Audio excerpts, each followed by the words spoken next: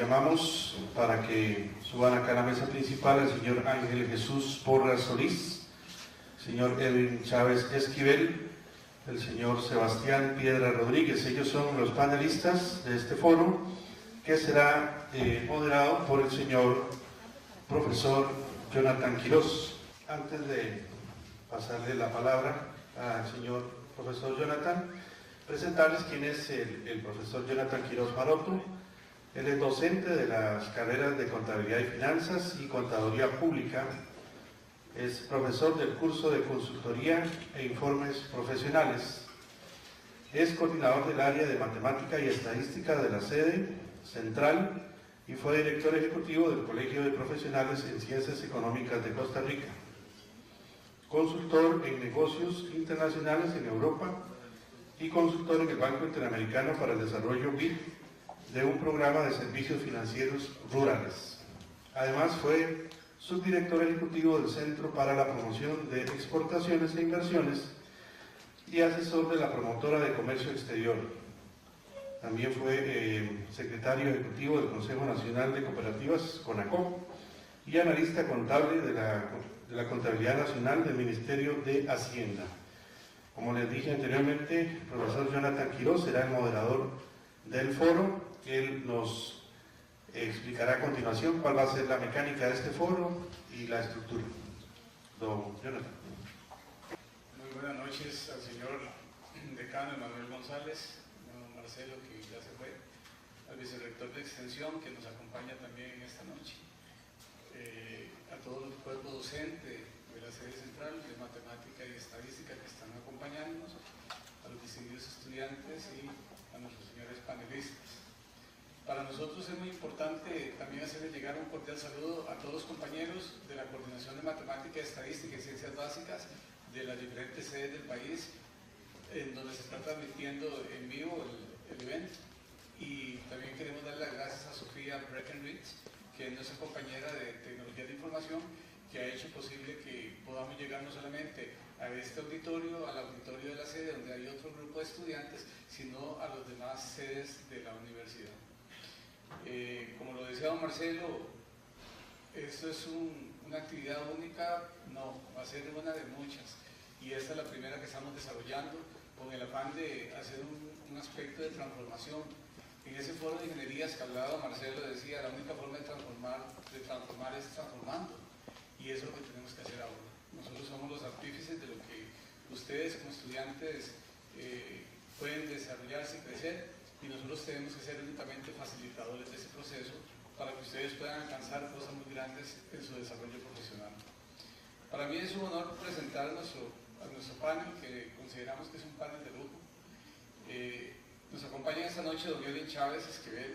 Él es licenciado en la enseñanza de la matemática de la Escuela de Matemática de la Universidad Nacional, es máster en Estadística de la Universidad de Costa Rica y doctor en Educación con énfasis en enseñanza de la Estadística de la Universidad Estatal a Distancia. El compañero ahorita goza de lo que todos queremos, una jubilación digna, ¿verdad? Entonces, él ahora viene acá, pero también él ha sido profesor catedrático de Matemática en la Universidad Nacional, de Estadística en la Universidad de Costa Rica, ha sido director de Matemática y miembro del Consejo Universitario de la Universidad Nacional, ha sido investigador de áreas de análisis demográfico, población, medio ambiente, educación, matemática, enseñanza y estadística, ha sido consultor nacional e internacional y miembro del proyecto de reforma de la educación de matemática y representante de Costa Rica ante la Conferencia Interamericana de Educación y Matemática. Ha tenido más de 50 publicaciones en libros, revistas, artículos, folletos y material didáctico, y ha sido expositor en eventos tanto nacionales como internacionales. En esta noche queremos darle la bienvenida para que él nos haga una disertación sobre ese desarrollo que estamos buscando de importancia entre la matemática y la estadística como ciencias aplicadas a un desarrollo tecnológico y de ciencia, que es lo que estamos buscando en esta oportunidad. Le vamos a pedir a don Edwin que pase adelante, por favor. Gracias.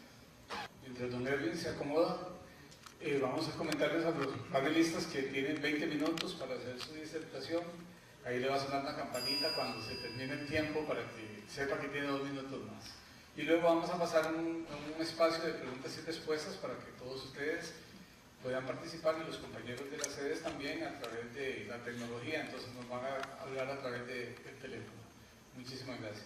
Buenas noches. Nada más, si don Jonathan me permite un pequeño paréntesis para hablar un poquito a lo que estaba haciendo referencia don Marcelo de lo que se hace en la Universidad de Massachusetts. En Costa Rica en el año 2012 se aprobó una reforma de educación matemática que casualmente lo que planteaba aquí que se está haciendo en Massachusetts se está proponiendo para que se haga en los salones de clase de las escuelas y colegios en el país. Ha sido muy difícil hacer esa transición, pero realmente el rompe es un nuevo paradigma de la forma de cómo se tiene que enseñar matemática, pero lo que estaba escribiendo don Jonathan es lo que se está pretendiendo que se haga en los salones de primaria y secundaria. Entonces no hay que ir tan largo, o sea, lo estamos intentando, lo estamos haciendo, y así que la colaboración de todos para que esto sea una realidad es absolutamente necesaria, porque ha sido una tarea difícil y hay que luchar contra la corriente. Nada más cierro paréntesis y ahora sí podemos empezar. Muchas gracias. Muchas gracias a don Jonathan por invitarme a esta actividad, y a Magali y a su mamá que están por acá, una querida alumna amiga de hace muchos años, y su estimable señora madre que ha sido parte casi de nuestra familia por muchos años. Bueno, y a todos los que están acá, no quiero llevar más tiempo en protocolo porque se me va el tiempo que tengo para exponer. Realmente, dentro de esta forma de pensar las matemáticas, dentro de la misma reforma de la educación matemáticas, nos ha llevado a una forma de visualizar el mundo, y de esa forma de que se visualice el mundo es pensar en qué aporte dan las matemáticas, pero en este caso en particular me voy a referir a la estadística. ¿Cuál es el aporte que la estadística da para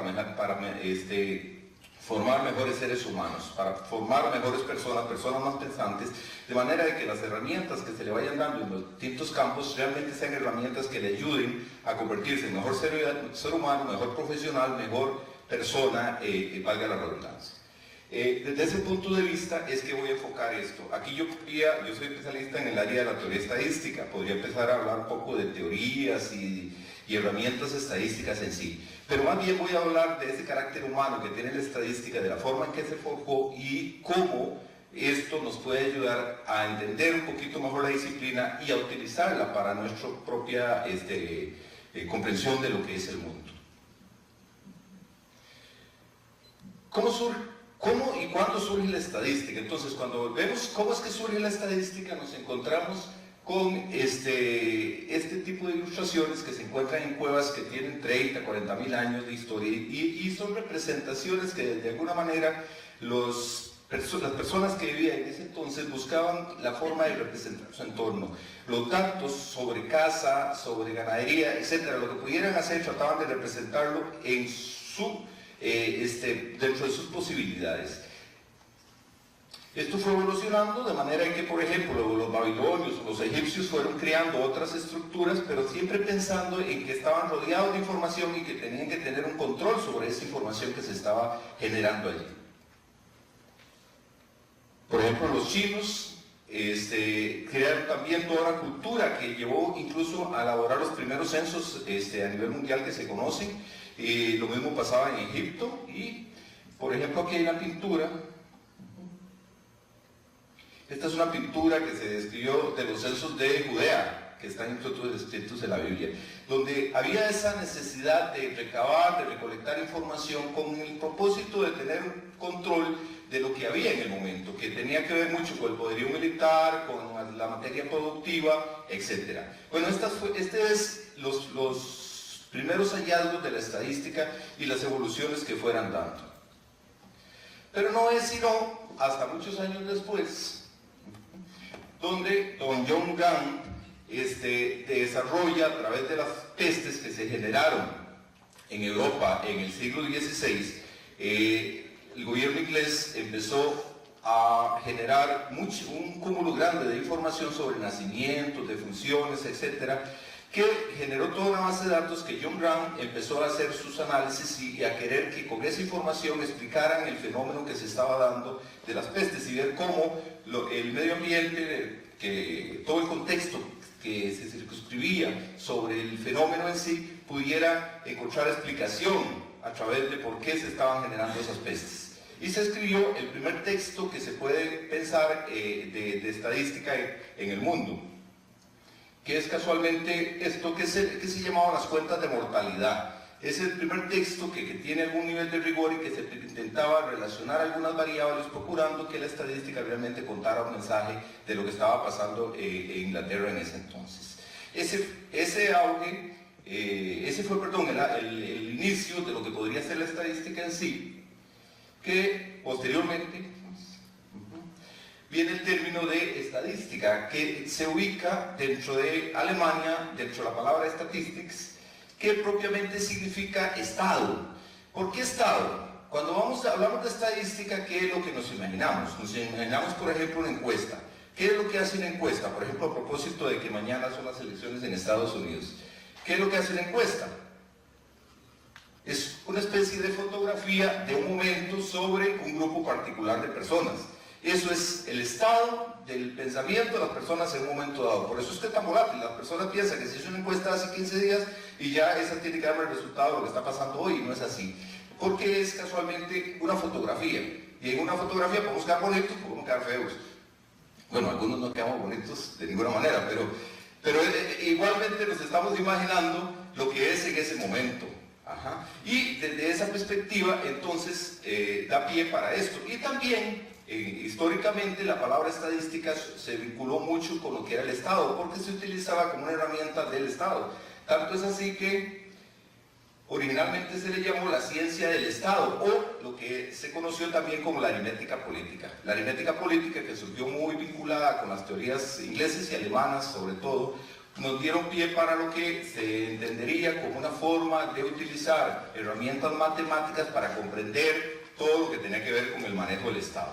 Esto fue evolucionando paulatinamente y a través de muchos siglos fue generando cada vez más adeptos para el manejo de la información en las distintas áreas, sobre todo muy vinculadas con las ciencias políticas, y fue hasta inicios del siglo XIX que realmente podemos ver lo que sería la estadística como la conocemos hoy día, que es a través de 4 padres que podemos decir: Francis Galton, Carl Pearson, Jerzy Neyman y Ronald Fisher. Estos son realmente los padres de la estadística. ¿Qué fue lo que hicieron ellos? Bueno, lo que realmente hicieron lo podemos resumir en este esquema. Hasta ese momento, la estadística se vinculaba básicamente con un análisis eminentemente descriptivo, que estaba muy vinculado con el manejo de la información y con un análisis deductivo dentro de una muestra aleatoria. Esto rompió a través de una teoría matemática, o un área matemática que se fue desarrollando, que es la probabilidad, y el aporte que hicieron estas 4 personas y muchos otros que trabajaron alrededor de ellos era vincular lo que era la probabilidad con el análisis estadística descriptiva para generar el análisis inferencial, que ya realmente daba un aporte significativo, porque en vez de estar describiendo grupitos de datos en diferentes partes, teníamos la capacidad de decir algo sobre un grupo más grande, que era la población que les dio origen a la información.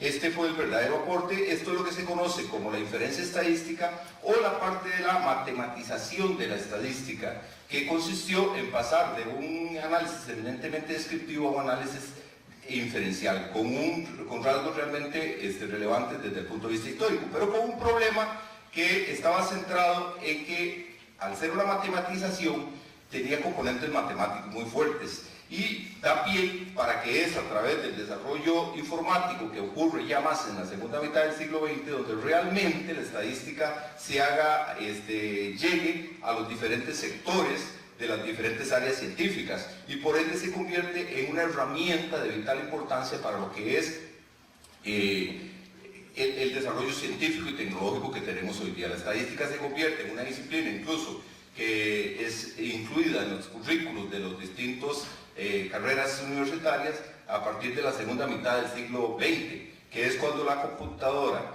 o el desarrollo computacional permite que la estadística sea realmente accesible para todos. Antes de eso, la estadística estaba más vinculada con matemáticos, que eran los que podían desarrollar estos fuertes algoritmos que se requerían para un análisis de datos, que a veces requerían días y meses. Ok, desde ese punto de vista podemos decir que la estadística es la ciencia de los datos. O sea que la estadística está vinculada con datos. Entonces, en todo lugar donde hay datos, hay estadística. Yo necesito la estadística para trabajar con datos. Entonces, el dato se convierte en la unidad básica del estudio estadístico. Pero,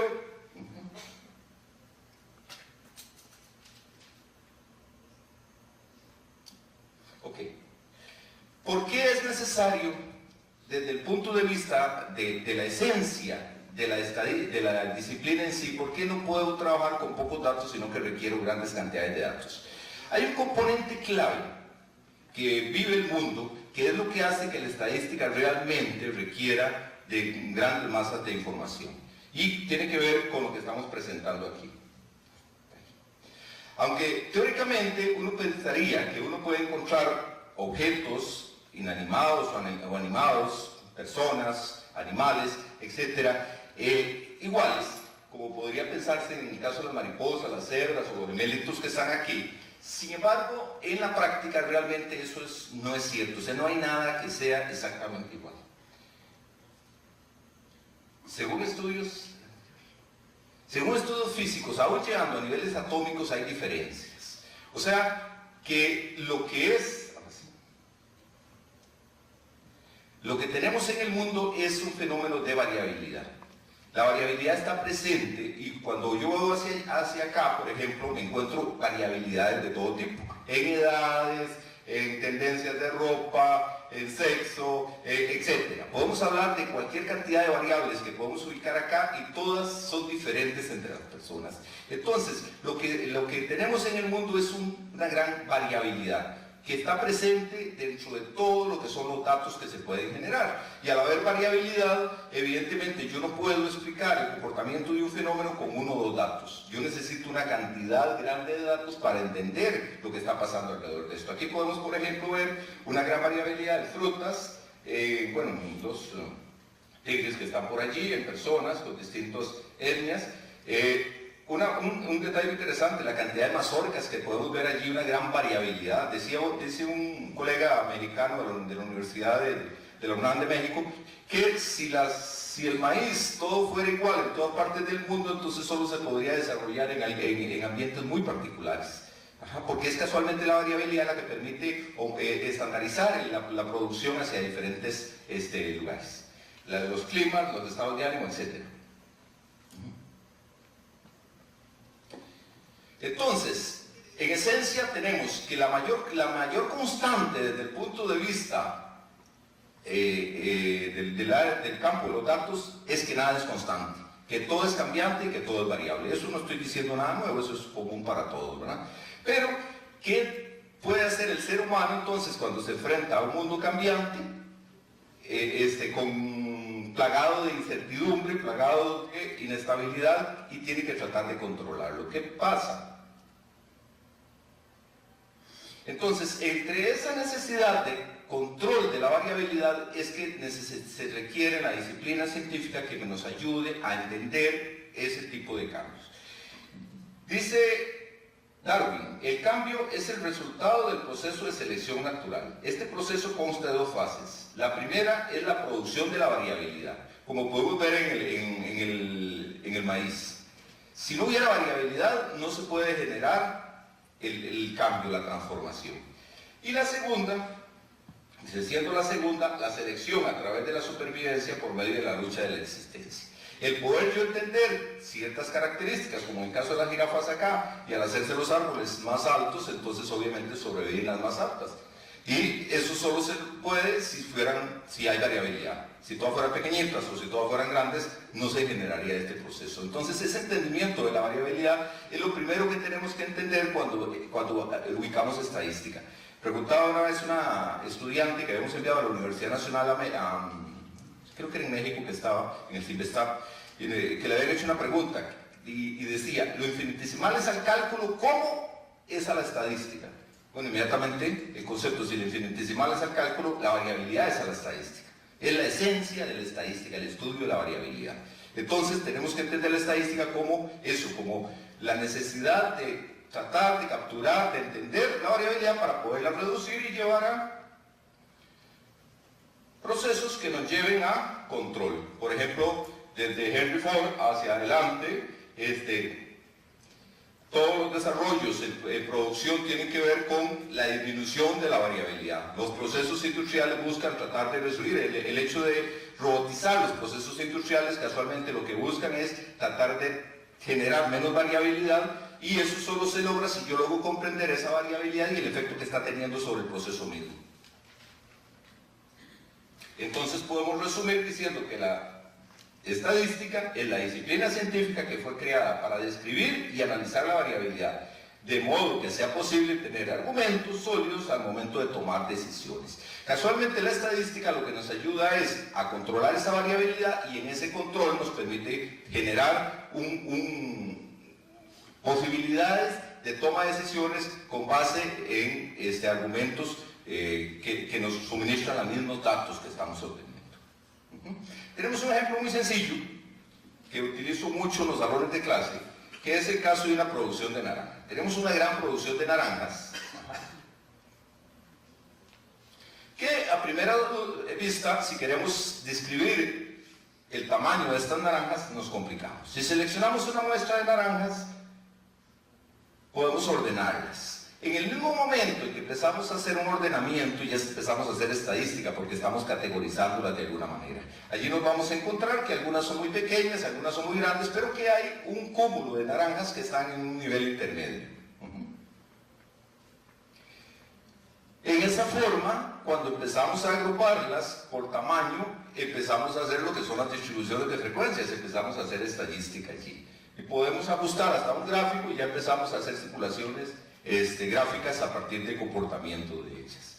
Y podemos paulatinamente ir teniendo cada vez desarrollos más sofisticados, de manera que podemos tener un control de lo que está pasando allí, por ejemplo ya con un diagrama de cajas, que es lo que estamos presentando allí, o llegar a aplicar técnicas de inferencia estadística, porque habíamos hablado que habíamos seleccionado una muestra. De manera que al final, a la postre, podamos llegar a tener herramientas suficientes para describir la producción de naranjas en sí, para tomar decisiones con respecto a ellas en cuanto a cuál sería su costo de venta, cuál sería las expectativas futuras, etc. O sea, lo que nos da la estadística son una serie de herramientas que están que permiten llegar a comprender el fenómeno en sí. Ojo que desde ese punto de vista, todo lo que son las técnicas estadísticas, por más simples que sean, desde una distribución de frecuencias hasta técnicas muy elaboradas, análisis de sobrevivencia o cualquier otra técnica estadística que se quiera mencionar, por ejemplo, diseño de experimentos, análisis factoriales, etcétera, que podríamos hablar allí, están supeditadas a tratar de entender el fenómeno y tratar de hacer un apoyo. La herramienta estadística en sí, la técnica estadística en sí, se convierte simplemente en una herramienta y no en un fin en sí mismo. Y ese es un problema que tiene la docencia. La docencia se ha enfocado más hacia la técnica y no hacia el fundamento de la disciplinar mismo.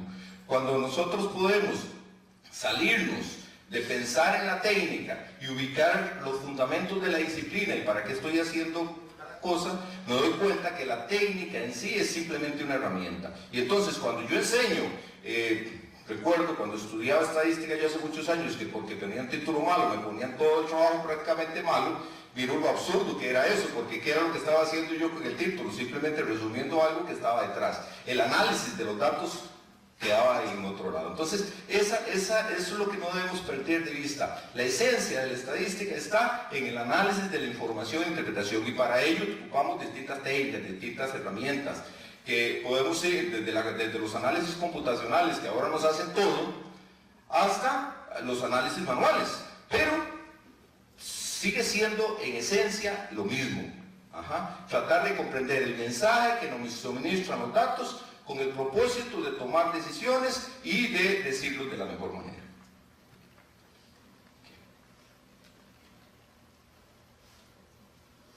En síntesis, entonces, aprender sobre estadística permite al ser humano adquirir una cultura para el análisis de los datos y su uso en la toma de decisiones en condiciones de incertidumbre.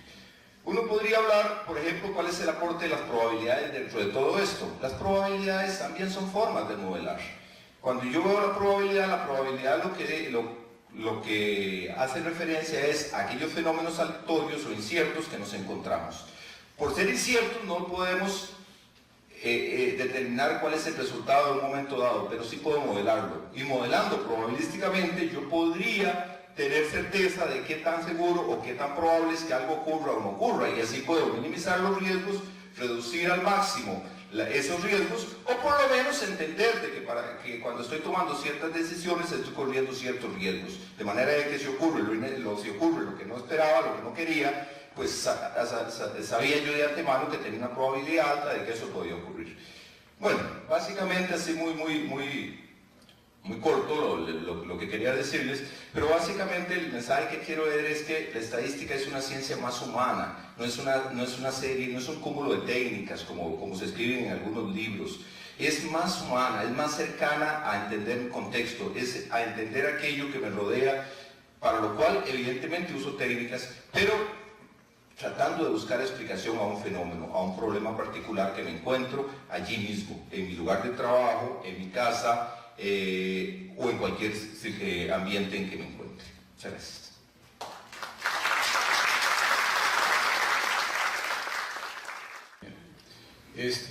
Nuestro compañero es tutor y lector de trabajos finales de licenciatura en la Escuela de Economía, también es lector de trabajos finales en la Maestría de Planificación de la Escuela de Planificación y Promoción Social en el asentamiento de la lucha Pocosí, Perspectivas para el Desarrollo.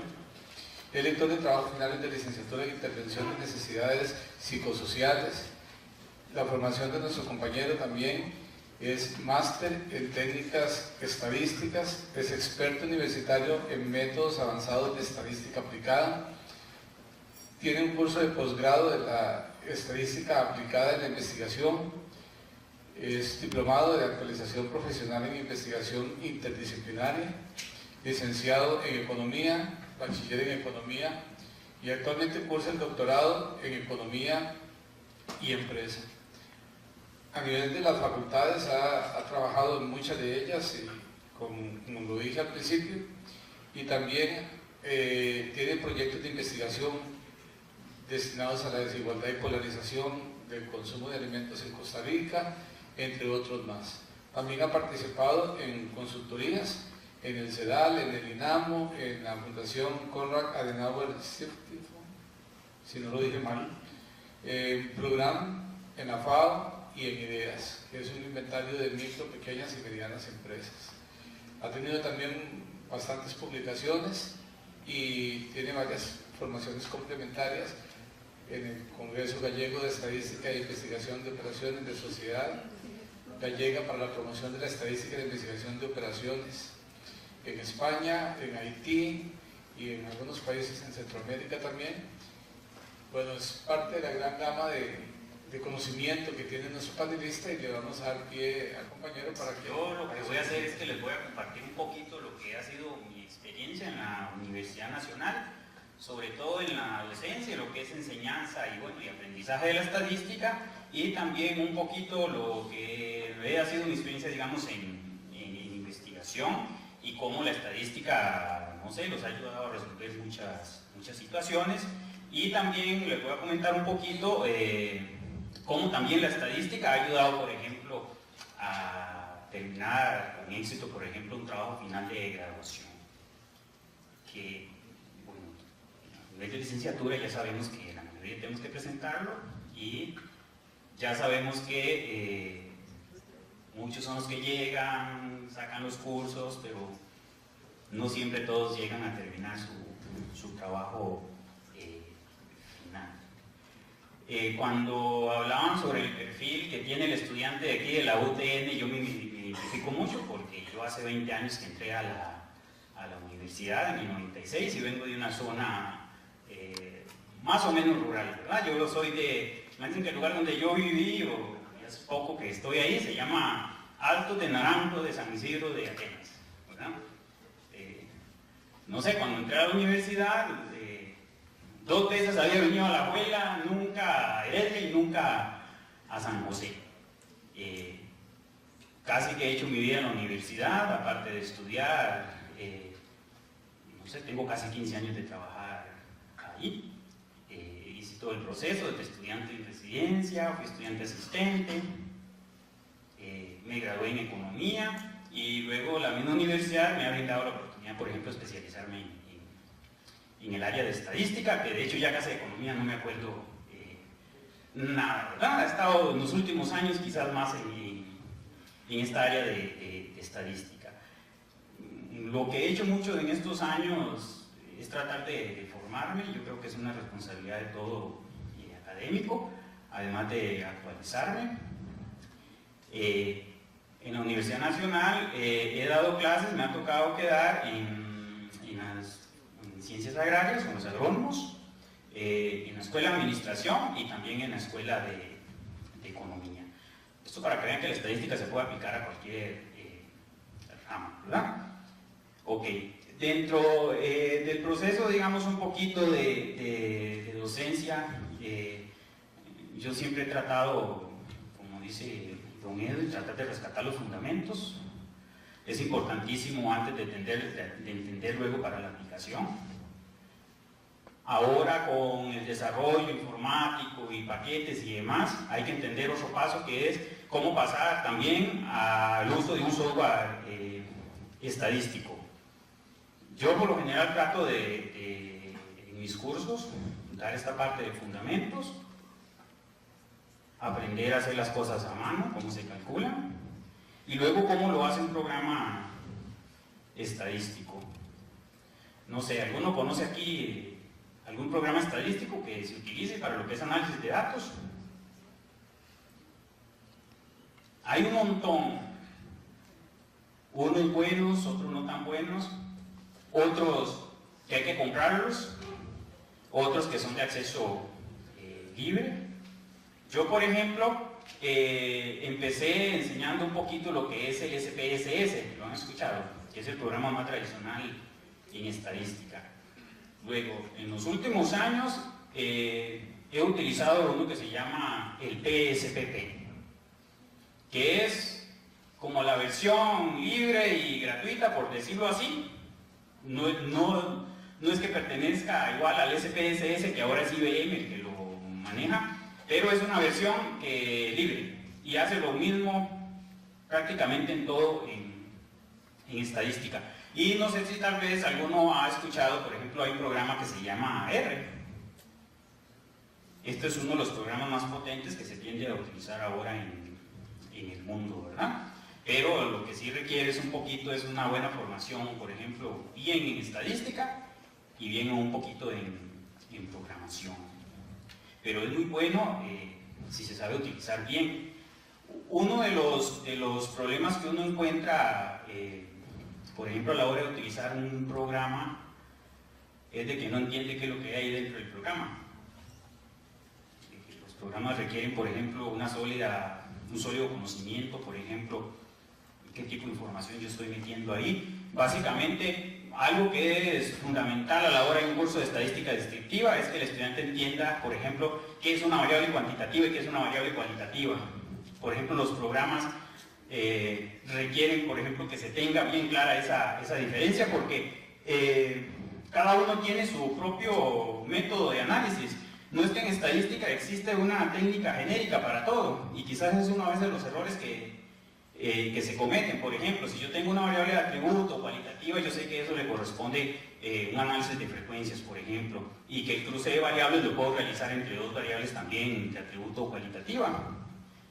Que si ya tengo variables cuantitativas, yo sé que ahí puedo calcular los estadísticos básicos, como promedio, mediana, máximo, mínimo. Ok, ¿y cuáles algunos inconvenientes que tienen los programas? Que los programas uno tiene que decirle, especificarle qué tipo de variable es, porque ellos tiran hacia adelante. Por ejemplo, si usted tiene una variable que es, por ejemplo, estado civil, que está codificada desde 1 hasta 5, si usted le pide que le calcule un promedio, el programa se lo calcula.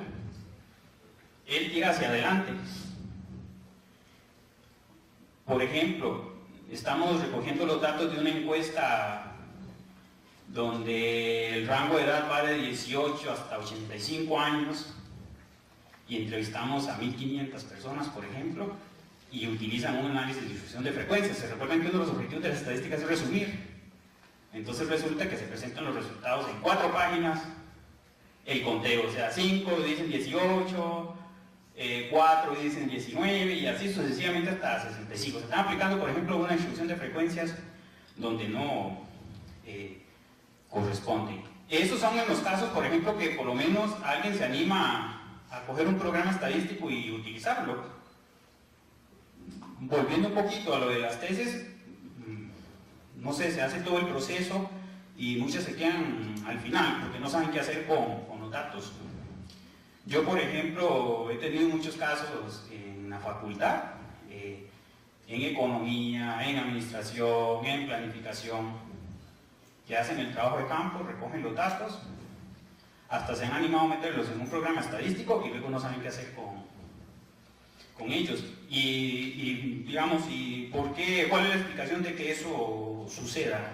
Es que han habido, no se les enseñó bien, digamos, los fundamentos, ni los fundamentos teóricos, ni siquiera también los prácticos de cómo interpretar datos, ¿verdad? Es muy importante. Muchos de los errores en que se cae es que, por ejemplo, leen los datos, nada más. Recuérdense que tener un gráfico, una tabla y la lectura de ese gráfico o tabla es lo mismo. Esto uno lo encuentra no solamente en trabajos de tesis, lo encuentra también en trabajos de investigación, se supone de gente ya formada, ¿verdad? Pero es parte de lo que se ha venido comentando acá, un poquito, digamos, de las deficiencias, digamos, que se tiene a la hora de enseñar y también de aprender, porque a veces la gente le da miedo aprender estadística y yo soy del criterio que es fácil, ¿verdad? Pero aquí es donde hay una cuota alta de nosotros los profesores para que los estudiantes le tomen el gusto, ¿verdad? Uno de los temas que me enfatizó Jonathan, que hablara un poquito, es con respecto, no sé, a algo que es medular en la investigación, que es el muestreo. Tomar muestras. ¿Por qué es que debemos tomar muestras? Recuerden que una muestra es un pedacito de una población. Por lo general, acostumbramos más a utilizar muestras que poblaciones, porque a veces las poblaciones son muy grandes, a veces son de difícil acceso, pues vamos a tener que tomar un pedacito de ellas. Pero no es tan simple de tomar cualquier pedacito. Ese pedacito de muestra que vamos a tomar tiene que ser representativo. ¿Y qué quiere decir representativo? Que yo luego, a partir de esos datos que obtengo en una muestra, puedo hacer inferencia con respecto a la población. O sea, puedo decir que esta muestra que yo considero representativa puede ser una imagen de lo que es la población. Y siempre se hace esto, por lo general no, ¿verdad? Dentro del proceso de muestreo también es importante lo que se llama el marco muestral. O sea, tener de dónde voy a seleccionar. Yo a veces les pongo el ejemplo a los estudiantes con respecto, no sé, que si los piden una investigación con respecto al perfil socioeconómico de los productores de frijol en la región Huetar Norte. Los productores de frijol en la región Huetar Norte es muy amplio. Aquí es difícil poder hacer un censo, entrevistar a todos, vamos a tener que obtener una muestra. Por lo general, no tenemos los datos de este tipo de población, sino te vamos a tener que acotar un poquito más esta población, que por ejemplo, no sé, podríamos fijar una población más pequeña, que podría ser los productores de frijol de la región Huetar Norte que reciben asesoría técnica, por ejemplo, del MAC. Ok, ¿puedo obtener yo un marco muestral de ahí ahora?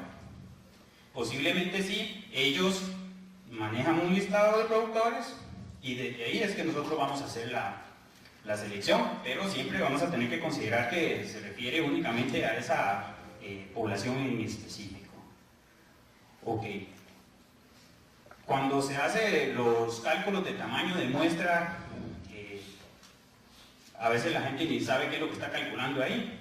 O sea, en las fórmulas, no sé si alguno lo ha tenido que aplicar, aparece un Z alfa medios entre 2, a veces aparece una P, aparece una Q, aparece un sigma, aparece una E o una D, depende de la fórmula que utilicen, y no saben cómo opera eso. ¿Dónde se tuvo que haber visto esto? En la parte de inferencia estadística. Yo, por ejemplo, en mis cursos trato que el último tema de estadística inferencial es que se aprenda a calcular una muestra, porque casi siempre al final de todo trabajo de investigación hay que hacerlo.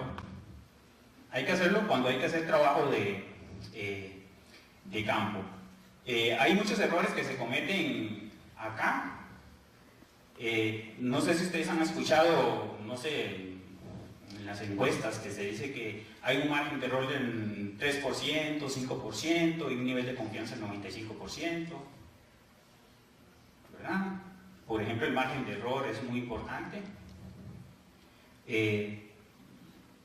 Uno primero calcula el tamaño de muestra y luego va al campo a entrevistar o a pedir información, pero en base a un número que yo ya tengo calculado, porque han habido casos en que, por ejemplo, el tamaño de muestra era 350 y resulta que la persona solamente pudo hacer 150. Entonces, ¿cuál es el error que a veces se cae? Y esperemos que aquí ninguno lo vuelva a hacer, que a veces se modifican los parámetros. Modifican, por ejemplo, el parámetro de nivel de confianza, no saben las implicaciones que eso tiene, y también modifican el margen de error, sin saber qué es lo que están haciendo. Por ejemplo, yo alguna vez encontré un caso de que pudieron hacer 96 y no sé, un margen de error de 18%. ¿Y cuál es la importancia, digamos, del margen de error? Que eso garantiza, digamos, precisión de los resultados, ¿verdad? Entonces, dentro de un proceso de investigación, es muy importante también la formación que se haya recibido en los cursos de estadística. Ahí es donde uno encuentra la mayoría de deficiencias que tuvieron durante su formación. Y también es muy importante que cuando tenga los datos, qué es lo que hay que saber hacer con ellos. Y que también existen paquetes estadísticos que facilitan el trabajo, digamos, de procesamiento. Todavía uno encuentra, yo digo así, en mi caso, que todavía yo encuentro gente que todavía procesan cuestionarios con palitos y rayitas. O sea, que van contando y cada 5 rayitas le pasan, no, cada 5 palitos le pasan una rayita, ¿verdad? Usted puede, digamos, obtener frecuencias simples, pero ¿qué pasa si le piden luego un cruce de variables? Si usted apenas contó los palitos y luego las rayitas. Por ejemplo, que usted sabe cuántos hombres hay, cuántas mujeres hay, cuántos hay casados, cuántos hay divorciados, cuántos hay solteros, cuántos hay en unión libre, pero en algún momento alguien le pregunta, mira, usted sabe que me gustaría saber cuántos hombres de esos son casados, cuántos son en unión libre y cuántos son solteros, y resulta que yo esos datos los tengo analizados por separado. Si yo utilizo, por ejemplo, un software estadístico, eso es un cálculo que se hace en cuestión de segundos. Yo, por ejemplo, con el decano anterior, se llamaba Carlos Bueso, teníamos un programita de formación en programas estadísticos, y yo el curso del paquete PSPP, la versión, digamos que libre del SPSS, que se puede descargar en una página web, lo estuve dando 6 veces por semestre, en grupos de 20, entonces quiere decir que lo estaba dando a 120 estudiantes por semestre. Yo calculé que en un año di como 200 estudiantes, y la tasa de deserción era muy baja porque el estudiante se mostraba muy interesado en cómo operaba, digamos, un software estadístico a lo que era análisis de datos. Un grueso de estos estudiantes, por ejemplo, eran de tesis que algunos en ese momento vieron que el programa les podía solucionar un poquito, digamos, donde estaban atrasados, digamos, en la investigación. Digamos, en la facultad, en todas las carreras se da estadística, la descriptiva y la inferencial. uno, quizás que los problemas que tenemos a nivel de facultad es que cada quien lo enseña por su cuenta, o sea, no está coordinado a nivel de facultad, o sea, cada escuela tiene sus profesores, y bueno, ya sabemos que aún dentro de las mismas escuelas también cada profesor a veces enseña lo mismo, digamos. Aquí es donde uno rescataría un poquito la importancia de los procesos de acreditación, que obliga, por ejemplo, que haya una cátedra y ordenar un poquito esto, ¿verdad? Que todos enseñemos lo mismo. También una de las cosas que hay que considerar, que ya bueno es criterio mío, es que la importancia que el que dé estadística también tenga experiencia de campo en lo que es análisis de datos. Creo que no cualquiera puede enseñar estadística. Yo creo que en muchos lugares ocurre que cualquiera enseña. Yo soy formado en economía.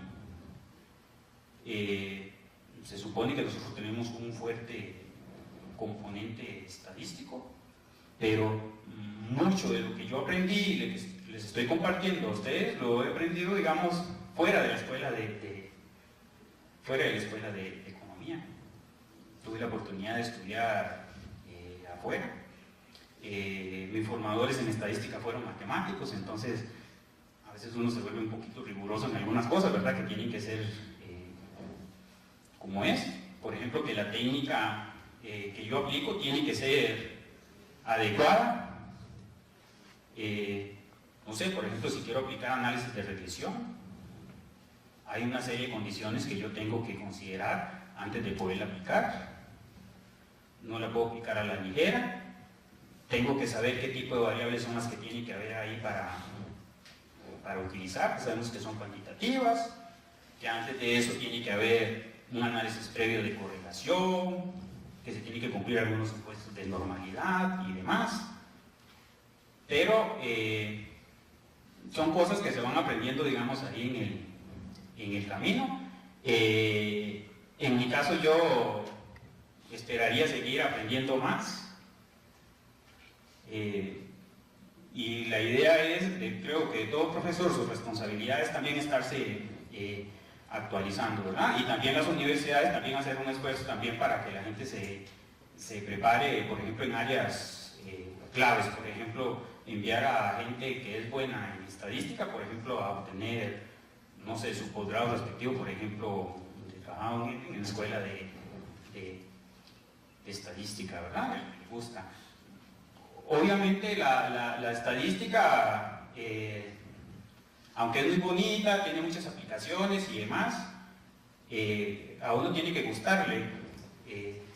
No puedo querer estudiar estadística por conveniencia, ¿verdad? De que porque hay una beca y hay demás incentivos para estudiar, yo me voy a meter, ¿verdad? Tiene que gustarme porque también tiene un alto componente ahí matemática y de lógica y demás, que si no uno no le tiene gusto y demás, se le va a complicar mucho, y la idea de un posgrado, por ejemplo, es disfrutarlo, digamos, aprender. Y bueno, estas serían algunas de las cosas que les compartí. Y ya me tocaron la campanita.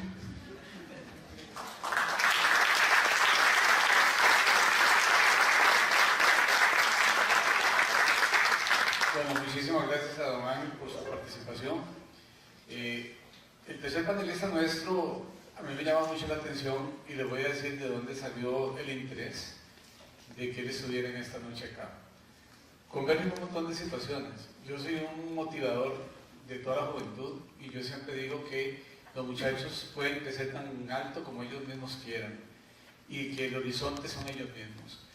Cuando nos damos esa tarea, yo siempre en mi Facebook, aparte que soy muy crítico, pero aparte de la crítica, siempre añado las cosas positivas, y todos aquellos que tienen una forma de sobresalir a nivel nacional, yo siempre pongo un título hasta en mayúscula que dicen que es gritando en computación y todo lo que es informática y ciencias. Yo siempre pongo orgullo tico porque yo me siento muy orgulloso de todos los costarricenses que logran sobresalir en cualquier campo. Viendo en eso, bueno, me encontré a Sebastián ahí. y todo lo que él ha hecho. Entonces yo me atreví a llamarlo, a invitarlo y él accedió al llamado en esta noche. Me llama la atención que siendo un joven de tan escasos 18 años, tiene un currículum que me asusta, ¿verdad? Y no voy a tener tiempo para leer todo lo que el compañero tiene aquí. Pero sin embargo es una persona que merece darle ese reconocimiento y que él también nos comparta, porque él está en lo que nosotros llamaríamos a la edad de él en las grandes ligas, porque está creyendo en él mismo y siendo tan alto como sus propios pensamientos. Sebastián es una persona que de pequeñitos despertó el interés por todo este tema de la computación, la ciencia, la tecnología, la matemática, las físicas, armando Legos de Minstrom, NXT en aquellas épocas desde su primaria. Aparte de eso, fue bachiller de honor en el sistema educativo San Clair en el año 2015. Fue presidente del gobierno estudiantil. Desde el 9º año cursó recálculo en la Universidad de Costa Rica y desde entonces ha llevado cursos en las universidades de Columbia y en la Universidad de la Ciencia y la Tecnología de Hong Kong. También, ante ese interés que tiene por las ciencias y todo este desarrollo, se dio cuenta que en su colegio no existía un programa de olimpiadas de física, entonces decidió organizar las olimpiadas de física de su colegio y fueron un éxito porque se llevaron incluso a pasar hasta términos nacionales. Desde décimo participó en un modelo de Naciones Unidas para simular a los estudiantes de diversas escuelas y universidades que representaran a los diplomáticos de los diferentes países miembros de la Organización de las Naciones Unidas.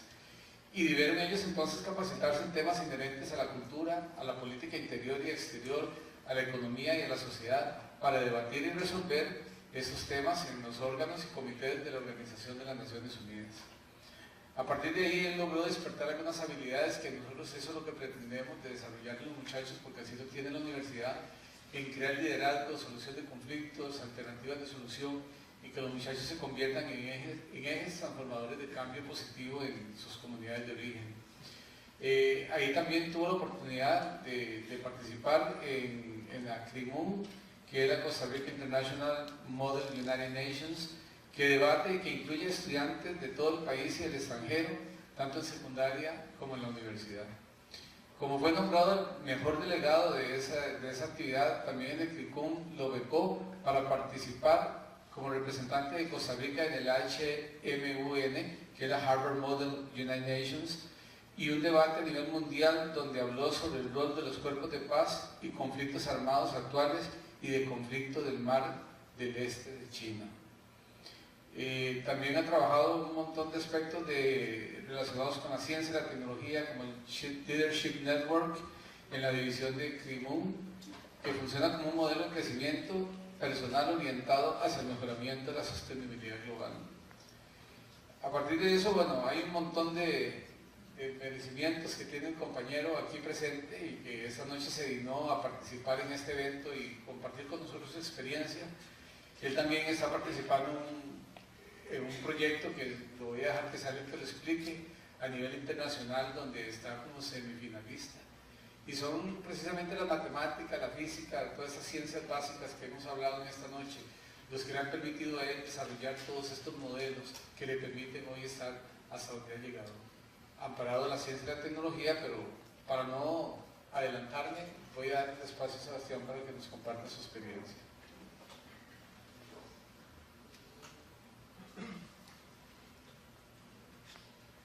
Buenas noches.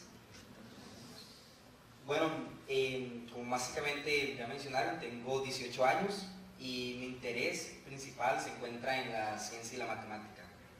Lo que les quiero compartir el día de hoy principalmente es cómo he llegado a aplicar toda esta teoría, todo este conocimiento que normalmente uno ve atrás en el mundo real. Me gradué el año pasado, desde el año pasado he estado trabajando en un área que se llama GoPass, desarrollando software para el transporte inteligente de las ciudades. La idea es utilizar pago electrónico en todos los buses de Costa Rica. Sin embargo, yo les quiero contar de 3 aspectos específicos donde la matemática y la física y cualquier otra ciencia básica aplicada ha marcado mi vida.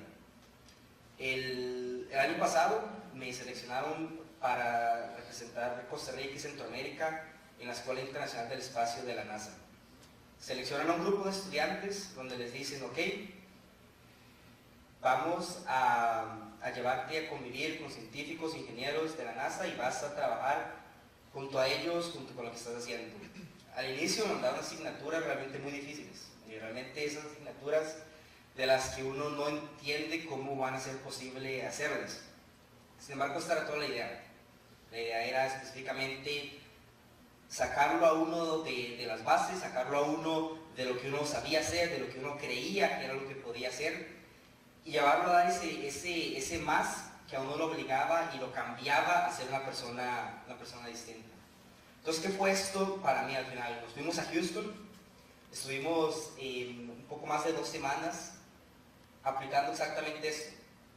En los términos de la industria aeroespacial, uno suele creer que son solo viajes a la luna, que son solo un poco de competencia entre Estados Unidos y Rusia. Sin embargo, son cosas muy importantes. Tenemos satélites que nos ayudan a prevenir desastres naturales, tenemos comunicaciones intercontinentales que nos facilitan los negocios, tenemos una gran cantidad de dispositivos que solo existen gracias a la tecnología aeroespacial, la cual de nuevo se basa a lo que es la aplicación de estas ciencias, de estas matemáticas que normalmente vemos en el salón de clases.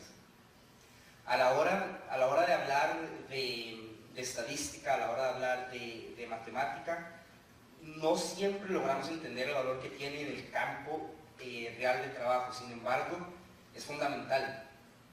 No solo en aspectos para proyectos a futuro, sino en el día a día.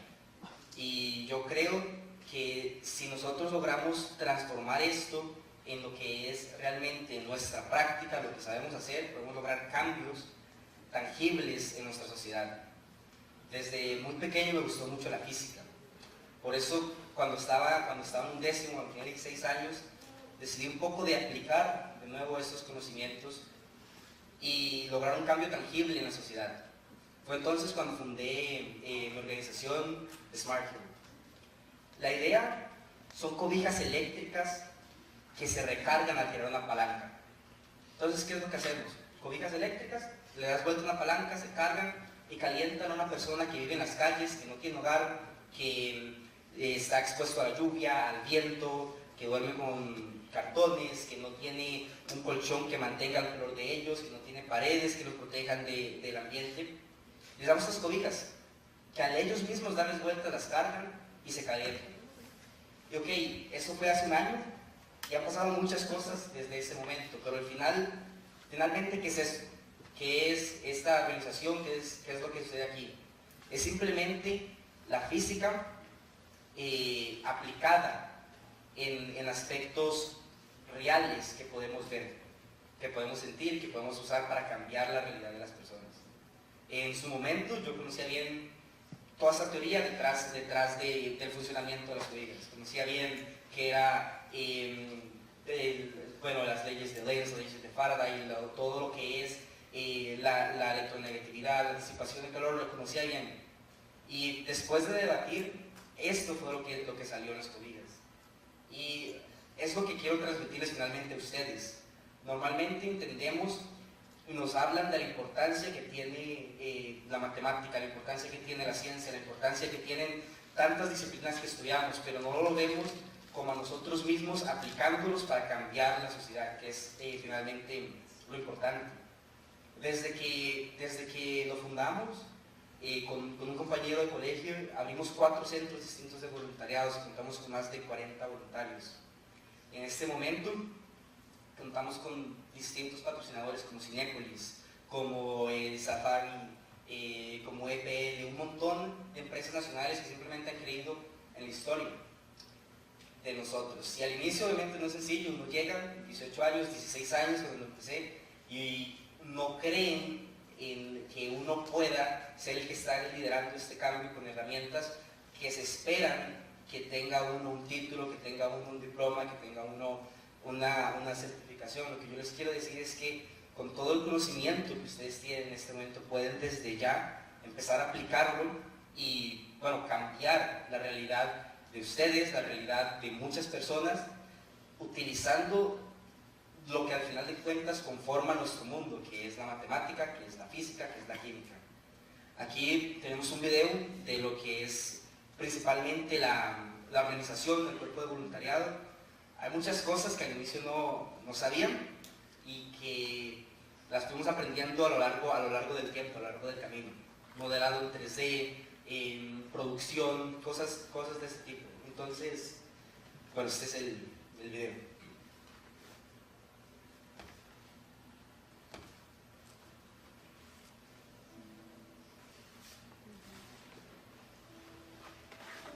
Se estima que hay 4.000 personas viviendo en la calle en el cantón de San José.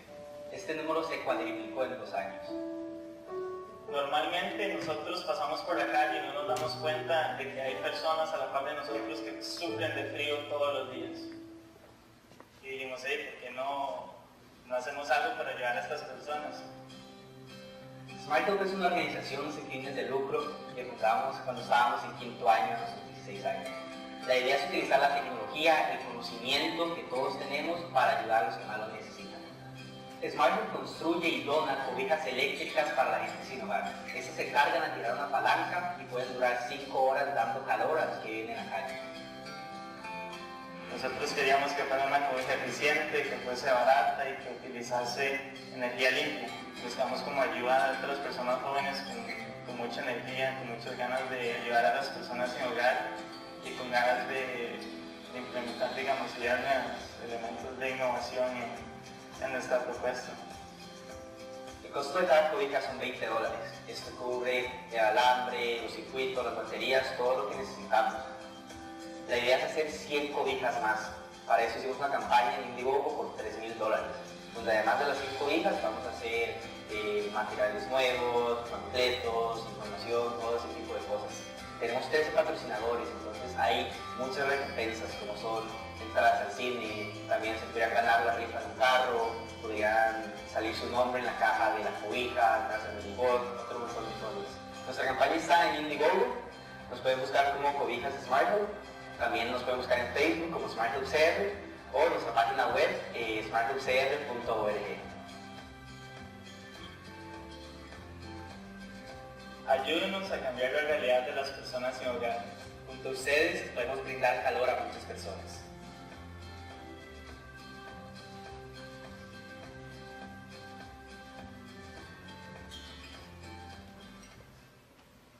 Bueno, entonces finalmente, ¿qué fue eso? Lo mismo que les decía al inicio. El mismo conocimiento que todos tenemos en las áreas que somos buenos, en las áreas que somos malos, puestas en acción para generar un cambio real en la sociedad. Puede ser en este caso algo social, pero puede ser también algo propio, algo económico. Entonces finalmente esto son solo los ejemplos de lo que uno puede hacer aplicando ciencia, aplicando tecnología y sin tener miedo a lanzarse al agua y decidir sí se puede, con lo que puede hacer se puede y lo que no se sabe aún se aprende. Realmente Costa Rica como tal es un ejemplo y en gran parte lidera muchos aspectos de tecnología, sin embargo no nos damos cuenta. Una de las áreas donde Costa Rica como nación más lidera a nivel mundial es el uso del plasma. El plasma se conoce popularmente como el cuarto estado de la materia y el 99% del universo existe en esta forma de estado. No lo conocemos tan comúnmente en la Tierra porque vivimos en un ambiente de muy baja energía. Normalmente, aunque creemos que tenemos empresas gigantes, que tenemos grandes carros, grandes usos de energía, vivimos en un ambiente de muy baja energía.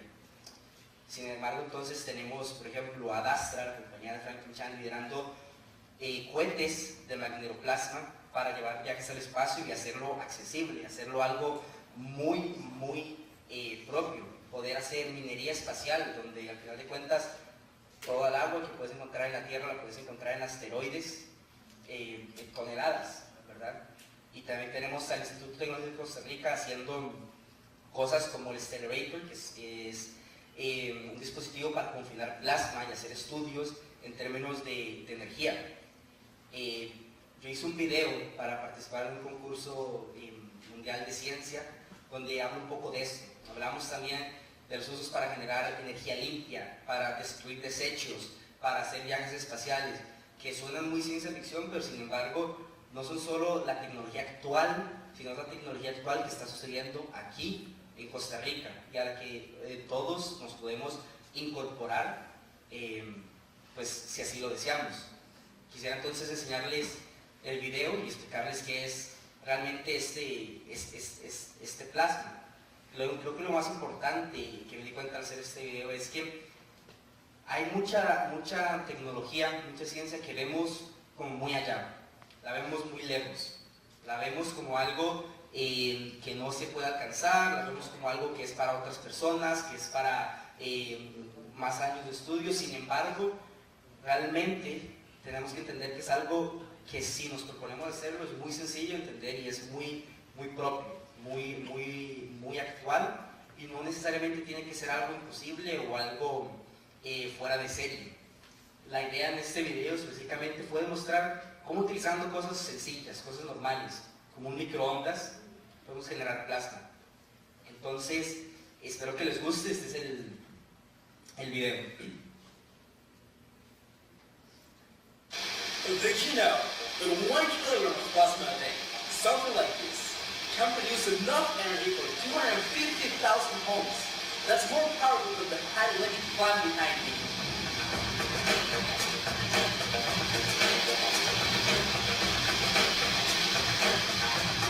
Atoms are the building blocks of matter.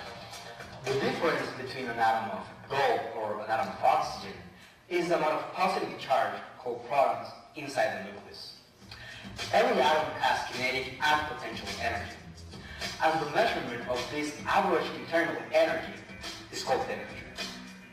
Now see the element that I have here. It's composed by millions of atoms or molecules.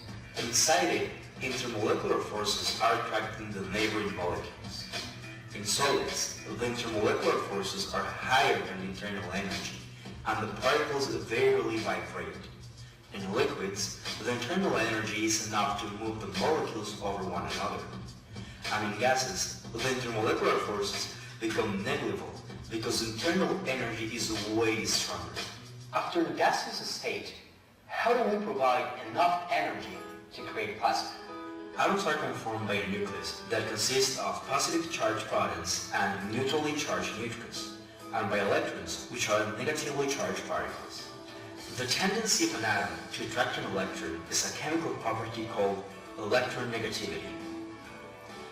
So, when we add more energy, the extra energy goes to separate the electrons, overcoming the electronegativity and escaping the atom. The free electrons you see allow us to conduct electricity in plasma. One of the most common ways of energizing plasma is using electromagnetic waves, which are just the vibrations of these electric and magnetic fields. If we use electromagnetic waves at the correct frequency, we can create resonance. Electromagnetic waves are very common, and all of them have the same speed in a vacuum, which is 3 times 10 to the 8. That's the speed of light. But different electromagnetic waves have different frequencies and different wavelengths. The more frequency an electromagnetic wave has, the more energy it carries. For more or less energy we have gamma rays, X-rays, ultraviolet light, all the light we can see, infrareds, microwaves, and radio waves. Oof, it's lunchtime.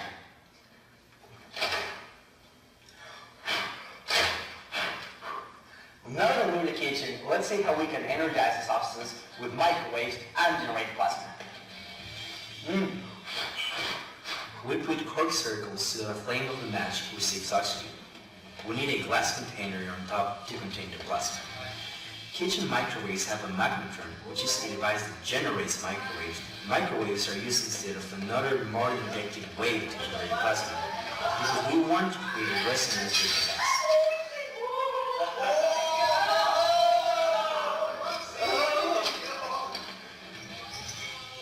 And that's how you create plasma in a microwave. Here in Costa Rica, we are part of the ongoing efforts to have a better understanding of plasma and all its potential uses. Some examples of this are the Costa Rican Institute of Technology and Ad Astra Rocket Company. What I have behind me is like a sun on Earth. This device is called the accelerator. It allows us to generate the energy of the stars here in Costa Rica. Given that plasma particles vibrate in a specific frequency, microwaves are used to generate a resonance, a phenomenon that increases the amplitude of the vibrating objects. Coils around the device create a magnetic field that can contain and move the plasma. This occurs because plasma has charges. Plasma can be used for space exploration as well, as Ad Astra rocket company does in its plasma.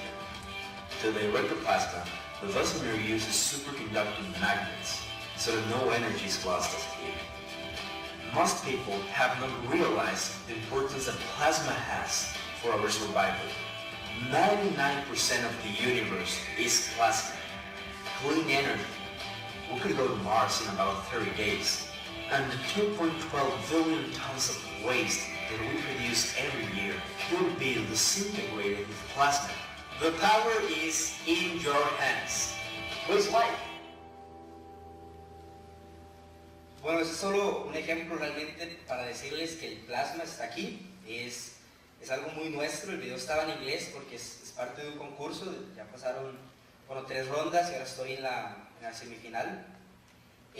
Lo que les quiero decir para concluir finalmente es que con lo que ustedes saben en este momento, con lo que ustedes ya dominan, ya conocen y con lo que les interesa, pueden aplicarlo para generar cambios reales y tangibles en su mundo, en nuestra sociedad. Entonces, si pierden ese miedo de aplicar lo que aprenden en las aulas, si pierden ese desinterés tal vez en lo que es utilizar matemática en problemas concretos y reales que podemos sentir, que podemos ver, que podemos resolver, hay realmente muchas cosas allá afuera que podemos resolver, que podemos lograr cambiar, y no se necesitan muchas más cosas más que el deseo real y verdadero de lograr hacerlo. Muchas gracias.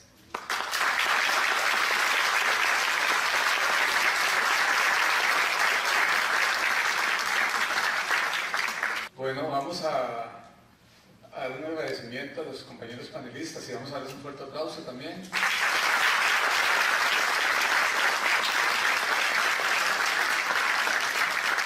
Seguidamente vamos a entrar en el espacio de preguntas. Así es que si alguno tiene una pregunta que hacer a los expositores, ese es el momento en que queda abierto para el que quiera hacerlo.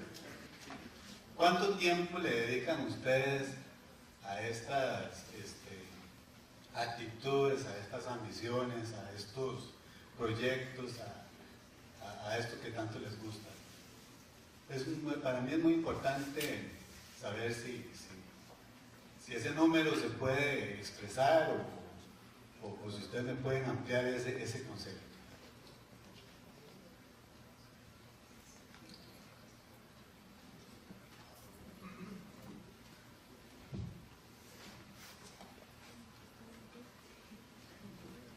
Sí, bueno, en realidad hablaríamos aquí tal vez un poco de la estadística, la matemática, la vocación en sí, el trabajo profesional. O sea, hay mucho en que poder responder, porque es un poco compleja la pregunta. Tal vez uno podría preguntar a la familia, ¿cuánto tiempo no está uno con la familia, verdad? Y eso ellos podrían responder mejor que uno. Tal vez un análisis así un poquito escueto. Por ejemplo, el amor por la estadística. Voy a hablar un poquito de la estadística. Cuando yo entré a la universidad, yo no sabía ni que la estadística existía como tal. No sé cuántos de ustedes vivían eso, pero yo la estadística, salvo que le había mencionado por allí la palabra, pero no sabía lo que era. Después de estudiar matemática, busqué alguna forma que aterrizara un poquito más. Yo fanático del álgebra y sobre todo el álgebra abstracta, pero en esencia encontraba muy poca aplicabilidad inmediata. Sí tiene aplicabilidad, pero muy poca aplicabilidad inmediata. Eso me emocionó por estudiar algo que fuera más cercano al contexto, más cercano a explicar lo que estaba a mi alrededor. Y entonces por eso opté por estadística, cuando ya me habían puesto a impartir algunos cursos de estadística. tuve que aprender estadística un poco allí haciendo. Eso pues me llevó a tratar de buscar eso, y allí sí hubo una entrega prácticamente, o sea, una química con la estadística, que fue la materia, el área disciplinar que realmente me atrajo, en el sentido de que la miraba en todo lado, y eso provoca que, por ejemplo, ahorita que estoy jubilado, yo le estoy dedicando unas 12 horas al día, por ejemplo, al desarrollo. Ahorita estoy desarrollando videos, material didáctico y cosas de ese tipo para enseñar estadística. O sea, tratando de indicarle a los docentes cómo poder compenetrarse en la parte de la enseñanza de la estadística. A pesar de que yo estudié estadística y mi área es propiamente la teoría estadística, mi doctorado fue en la parte de la enseñanza de la estadística, porque me ilusiona mucho ver cómo puedo yo llevar el mensaje para que otros puedan enseñar esta disciplina que realmente es tan útil y tan importante. Entonces, quizás no sé si le respondí, pero más o menos en estos momentos que podría estar en la playa, me decía alguien, ¿por qué no estaba en la playa o haciendo otras cosas? Bueno, estoy dedicando quizá más tiempo que dedicaba antes, ¿verdad? Pero es porque realmente lo apasiona a uno, y cuando ve uno que algo quedó bien, por ejemplo, cuando desarrolla uno un video, que si algún día me invitan, por aquí podría mostrarlos, y ver que gustó, y ver que caló, y ver que realmente emocionó a un poco de gente, y ver que realmente ese mensaje que uno quiso transmitir allí se está llevando al aula, y que las cosas funcionan, entonces realmente se emociona por ver cuándo empiezo el próximo. Entonces realmente eso es algo que apasiona. Bueno, en mi opinión, poniéndole un número exacto, me parece que son 10.000 horas. No sé si alguno de ustedes ha tenido la oportunidad, y si no, les recomendaría un libro que se llama Fuera de Serie, de Malcolm Gladwell. Él analiza todos los casos de las personas totalmente fuera de serie en todos los ámbitos. Empieza con jugadores de hockey, desarrolladores de software, entra abogados, vendedores, y él empieza a desmentir muchas de las teorías que tenemos con respecto a que, no, es que es muy inteligente, no, es que es solo un don natural o algo así. Y mediante estudios, mediante muestreos reales, él empieza a enseñar cómo todo se resume a la cantidad de práctica que uno le metió a algo. Pero no se refiere a que si uno estudió 2 horas a un examen o si uno estudió 5 horas para un examen. Se refiere a la cantidad de práctica que uno le metió desde que uno era muy pequeño y le siguió metiendo hasta que uno era más grande. Uno de los ejemplos más claros que él pone es el de los jugadores de hockey. En el roster oficial, digamos, de los jugadores de Canadá, que es un país muy obsesionado con el hockey, él demuestra cómo en un equipo, más o menos creo que eran 25 personas, algo así como 19 habían nacido entre enero y febrero. Entonces uno diría que es esto tan raro, ¿verdad? Que no hay ninguna razón detrás en que haya pasado esto. Sin embargo, él demuestra que el corte de los jugadores de hockey, que empiezan normalmente a los 5 años, es el 1 de enero. Entonces los jugadores de enero y febrero, a lo largo de toda su vida, han tenido, desde que empezaron, fueron más fuertes, tenían un año más de experiencia en vida que por ejemplo, alguien que nació en diciembre, poco antes del corte. Y por razones tan sencillas, a ser más fuerte, ser más rápido, ser un poco más inteligente, solo por ese año de diferencia, los ponen a jugar más. Los ponían a jugar en los partidos, como jugaban en los partidos, los pasaban al equipo oficial, como pasaban al equipo oficial, al año siguiente entraban a un equipo mejor, a un equipo de élite, y finalmente, cuando tenían ya la edad suficiente para entrar a ya jugar de manera profesional, la cantidad de horas que tenían de práctica comparado con alguien que había nacido en noviembre, por decir algo, la diferencia era abismal. Entonces, en mi opinión, lo que sí marca mucho es la cantidad de horas que uno le mete a algo. Este mismo fenómeno lo demostró en todos estos aspectos, lo demostró en áreas de música, en áreas de abogados, en todos los aspectos que uno pueda imaginar. Finalmente, varios de esos estudios concluían que el nivel profesional, a nivel, lo que él decía, fuera de serie, en teoría 10.000 horas que uno había logrado meter, obviamente a lo largo de muchos años, normalmente inclusive hasta 10 años o más.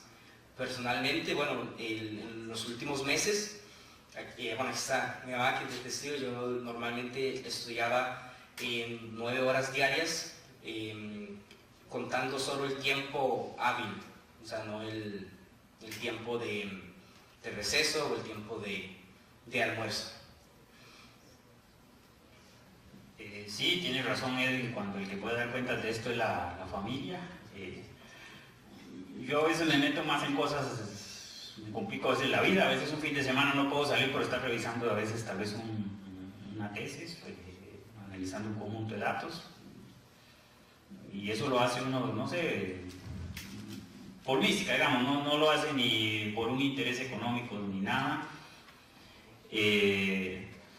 Igual yo creo que es obligación, bueno, al menos yo estoy tiempo completo en la universidad, yo creo que estás actualizando y también formándose cada día, porque eso se transmite a los estudiantes, pero eso también tiene un sacrificio, pero también tiene una satisfacción. Luego uno se tiende a complicar un poquito más la vida. Yo me pongo a sacar el doctorado ya no en estadística sino en economía, porque lo que quiero es aplicar la parte de estadística o a un problema, o no sé si llamarlo así, como por ejemplo la pobreza y la desigualdad. Entonces aún, bueno, estar metido en una tesis de doctorado es estar con eso todo el día aquí en la cabeza, pero más que verlo como un sacrificio, a veces es una satisfacción que, bueno, que tiene pues tendrá su recompensa, ¿verdad? Yo al menos me siento bien, tampoco es que lo hago todos los fines de semana o todas las noches, digamos, sentarme a ver algo y sacar rato para eso, pero poco a poco, con los años uno aprende también un poquito a balancear un poco las dos cosas, ¿verdad? De como que disfrutar un poco de la vida y también formarse o actualizarse, ¿verdad? Pero a veces la familia es el que a veces lo tiende a sufrir más, ¿verdad? Ya me llegará el tiempo de la jubilación. Creo que con el sistema que estoy en la caja me faltan como unos 35 más, pero algún día llegará. ¿Alguna otra pregunta? Bueno, pues alguno va a decir una pregunta a don Marco. Voy a comentar algo. El compañero Sebastián tampoco es que pasa solamente estudiando, porque ahí en su currículum que me pasa, él pone que le gusta pasar el tiempo con sus amigos, dedica mucho tiempo también a estar con su novia, también toca piano, ha participado en el Jazz Café y también en teatros como el Carnegie Hall de New York. O sea que no es una cuestión de que cualquiera diría que es solo un ratón de biblioteca, como a veces pensamos, ¿verdad? Sino que un muchacho a tan corta edad también puede diversificar todo su tiempo entre sus amigos, la novia, el ocio y sus pasiones. Así es que todo es posible para todos, como ellos también han hablado, ¿verdad? Es cuestión de cuánto es lo que yo quiero invertir en lo que quiero alcanzar en mis metas. ¿Marco?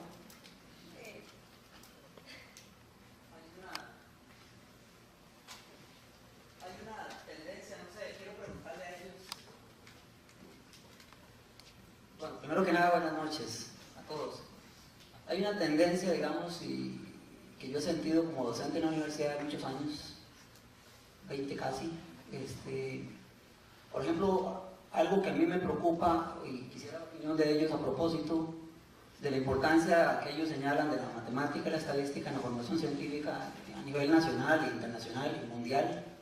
Por ejemplo, el nuevo rumbo que han tomado, por ejemplo, los programas de estudio en secundaria. Ha querido, siento yo, es mi perspectiva, que se ha querido como acercar más la matemática a los estudiantes, sobre todo a la gente que empieza, digamos, a dar sus primeros pasos en secundaria, como acercar la matemática, de, qué sé yo, sacrificando, por ejemplo, yo tengo mi punto de vista, pero quisiera conocer el de ellos. Por ejemplo, acercar la matemática en el sentido de quitar, por ejemplo, programas como todo el programa de trigonometría, digamos, básicamente se sacrificó a cambio de probabilidad y estadística. Algunas cositas, digamos, se ven ahora en secundaria, entiendo. Yo trabajé mucho tiempo en secundaria en San Francisco y entiendo, me mantuve un poco, digamos, cercano a la secundaria por esa razón. muchos años dediqué a San Francisco.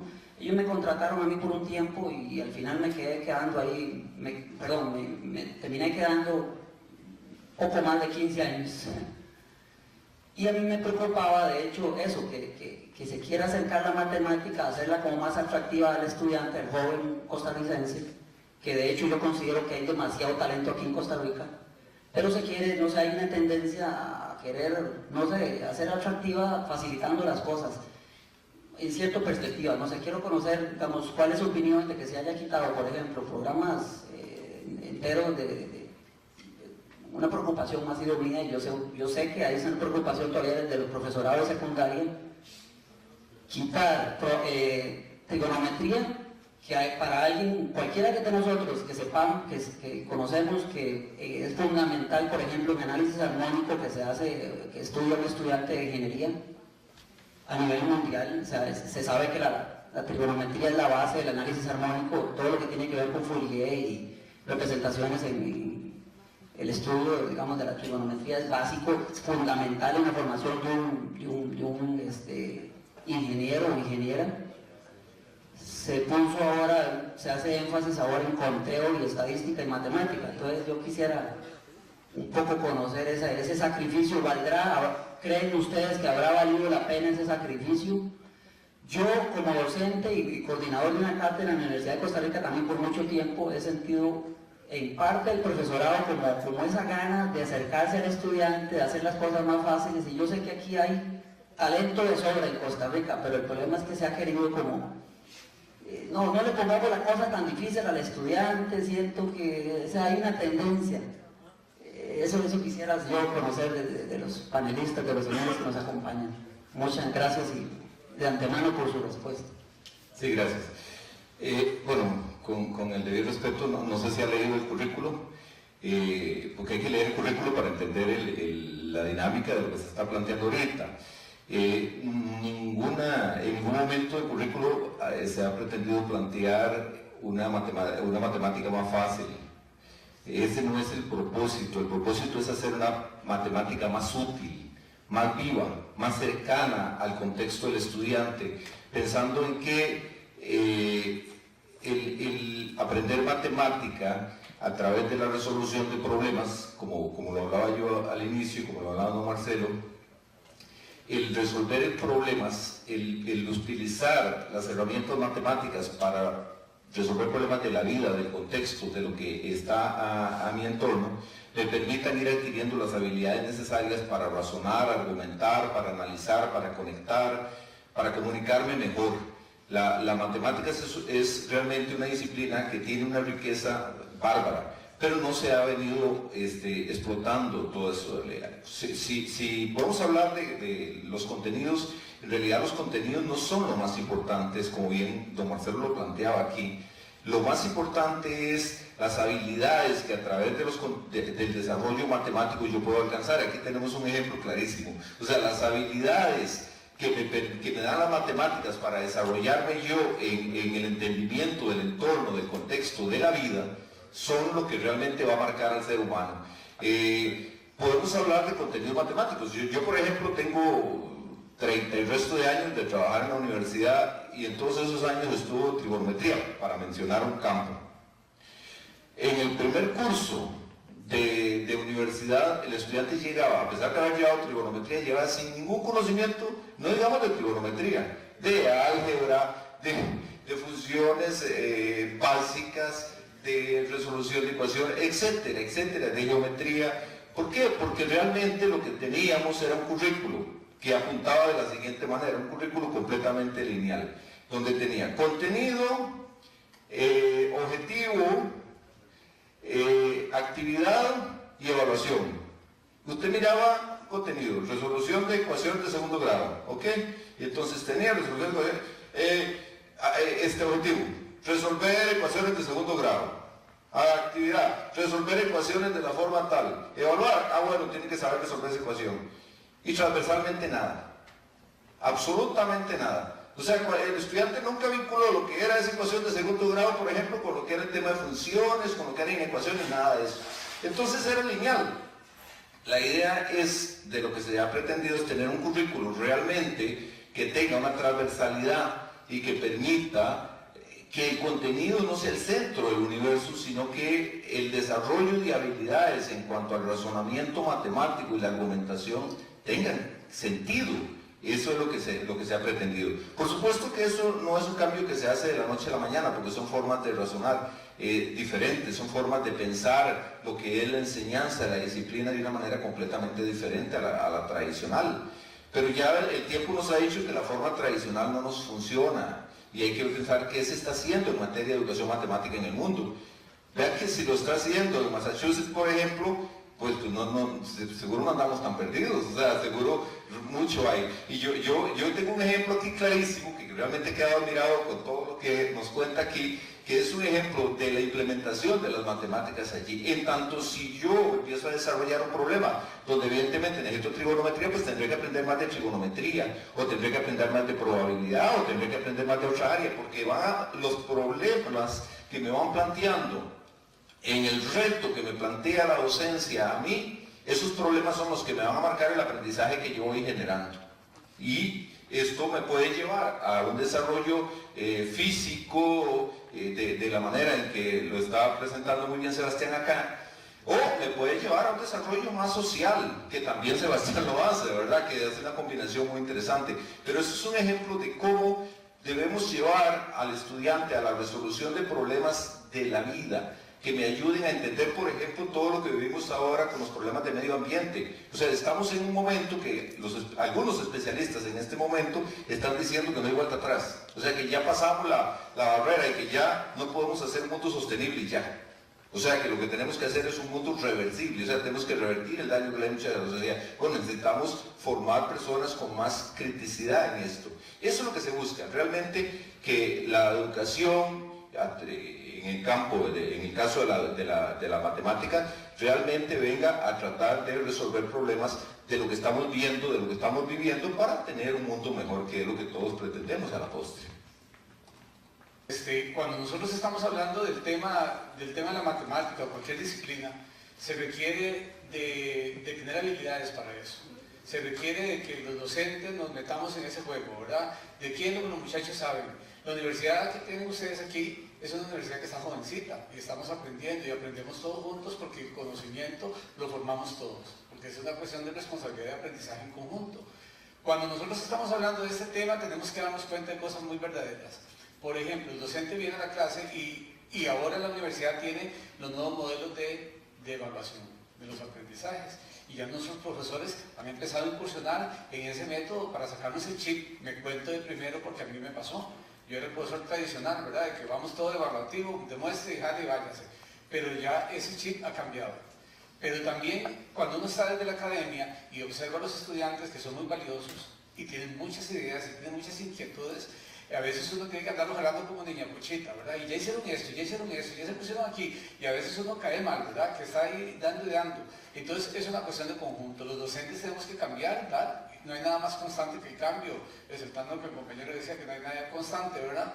Pero efectivamente no hay nada más constante que el cambio, y estamos haciendo el cambio. Los docentes están aquí presentes porque también están comprometidos en llevarles a ustedes el mejor proceso de aprendizaje y no de enseñanza, sino que entre todos podamos formar. Es un modelo que va cambiando y tenemos que cambiarlo nosotros mismos. Pero cuando nosotros esperamos un cambio, tenemos que ser transformadores de nosotros mismos. Ahora la pregunta es al revés. ¿Qué están dando los estudiantes para que ese cambio se provoque? ¿Qué es lo que ustedes le critican al profesor y decir, bueno, profesor, usted me está enseñando un logaritmo, o un algoritmo, o una función, ¿eso para qué me sirve? Bueno, despierten en el docente también esa criticidad de poder analizar, de hacer dinámicas donde puedan transformar ese proceso. Pero no solamente es de un lado, porque como hemos dicho aquí, desde las universidades a nivel mundial, el eje transformador del aprendizaje somos todos. Ya el profesor se invisibiliza un poco en el aula, ¿verdad? Ya no es aquel teórico que viene haciendo cuestiones automáticas, sino que tiene que transformar. En eso hemos hecho en matemática y estadística. Por ejemplo, los profesores hemos tratado de que nuestros compañeros puedan ir capacitándose en las pizarras interactivas, ¿verdad? Ustedes que están ahí manejando el celular, mandando mensajes, oyendo el televisor, están pegados en Skype, pegados en Facebook, y en todos los meses y en todas las redes sociales, había así por haber. Y resulta que llega un profesor a explicar, viéndolos a espaldas de todas las ecuaciones, y a veces no llega el ruido hasta el final del que está de último. Y si se están distrayendo con todos los juguetitos que tenemos electrónicos, peor.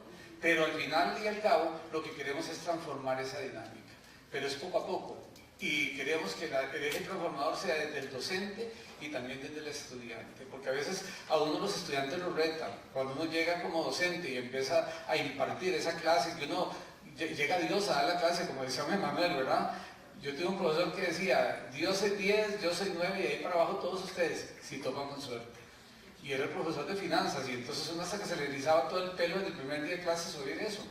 Entonces, cuando uno está ahí y uno en la clase transforma esa criticidad y le dice, profesor, pero ¿por qué eso? ¿Y de dónde sale eso? ¿Y eso para qué sirve? ¿Y eso por qué lo enfoca así? ¿O eso se puede hacer de esa forma? Es cuando entre todos podemos crear una idea de conocimiento que nos sirva para todos.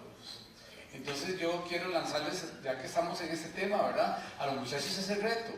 Reten al profesor también, a que el proceso de esa enseñanza y de enseñanza, no más bien de aprendizaje, sea enriquecedor entre todos. Ya tenemos que llegar a resolver ejercicios, como decían los compañeros ahora, ¿verdad? Llegar al aula a discutir de un tema, analicémoslo, hablemos, que si hay que aprender más trigonometría para explicar eso, pues se aprende, pero lo enriquecedor es de lo que pasa en el aula. Y le digo que eso es un eje transformador no solo de matemática y estadística, ni de las ciencias básicas, es una cuestión de todas las materias. Ese chip, yo me lo cambié en las carreras que yo soy docente también. Entonces, cuando uno se cambia ese chip, aprenden más los muchachos en un evento de esa naturaleza que de todo lo que a veces uno les enseña en el aula.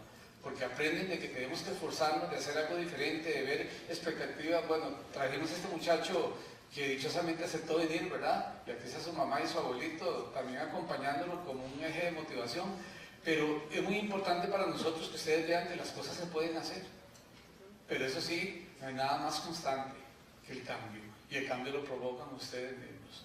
Entonces tenemos que ir echando poco a poco, ¿verdad? Para transformar ese aprendizaje, para que se convierta en hechos concretos y cosas buenas para todos.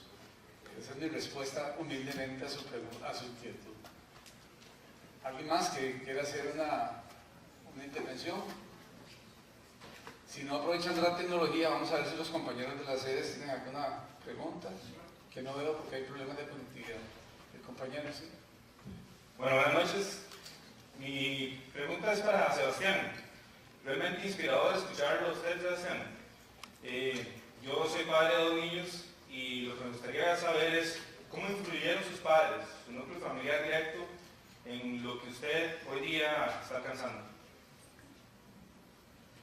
Bueno, primero muchas gracias.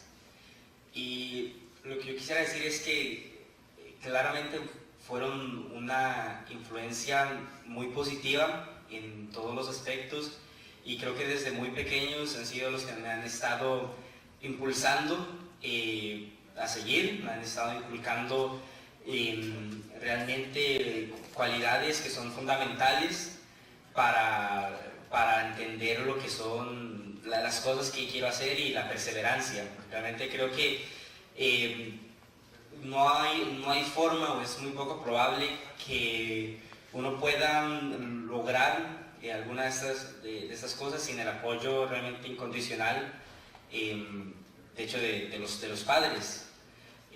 Una de las cosas también, aprovechando inclusive la pregunta pasada, si uno ve el sistema educativo de Finlandia, es muy contraintuitivo. En el lugar de mandar mucha más tarea, no manda tarea. En el lugar de pasar mucho más tiempo en las aulas, va reduciéndolo un poco. Sin embargo, tiene el mejor sistema educativo del mundo. Y una de las razones, en mi opinión, por la que funciona es por la cultura en la que viven, de aprendizaje y de motivación en la que viven, que finalmente son los padres los que generan esto en la casa. Entonces creo que este es un ejemplo de cómo finalmente es igual de importante lo que uno aprende en las aulas como lo que uno aprende en la casa. Digamos, lo que uno pasa haciendo en las vacaciones, lo que uno pasa haciendo en el fin de semana, lo que uno pasa haciendo en esos momentos que sería imposible para un docente continuar la educación, y no solo me refiero en términos de hacer que cumplan la tarea o no cumplan una tarea, me refiero en términos de motivación, en términos de inculcar hábitos, de seguir ciertos caminos correctos. Entonces yo creo que es importante, además, a la hora de analizar como términos de cómo atacar o mejorar el sistema educativo, también es importante verlo que los padres definitivamente y la familia en sí juegan un rol importante, que para lograr nivelar sistemas educativos, por ejemplo en secundaria como los finlandeses, es necesario crear una conciencia a nivel familiar que invite a los estudiantes a tener un hambre por el conocimiento.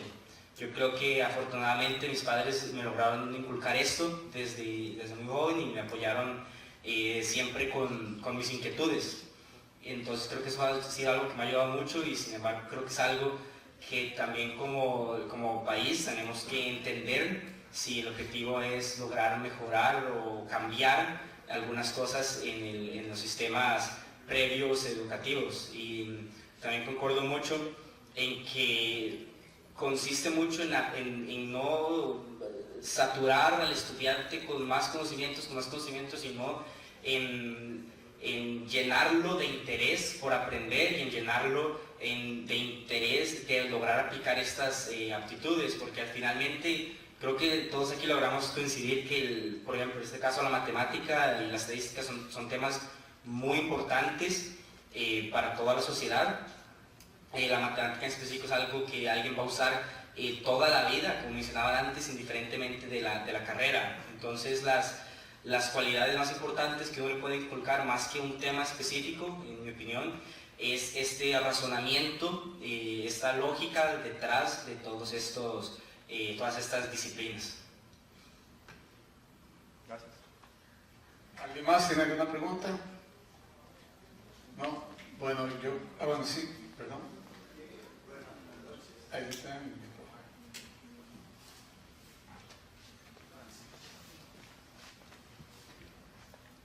Buenas noches. Bueno, la pregunta va para usted, don Jonathan, pero antes quisiera saludar a don Edwin, mi profesor, cordiales saludos.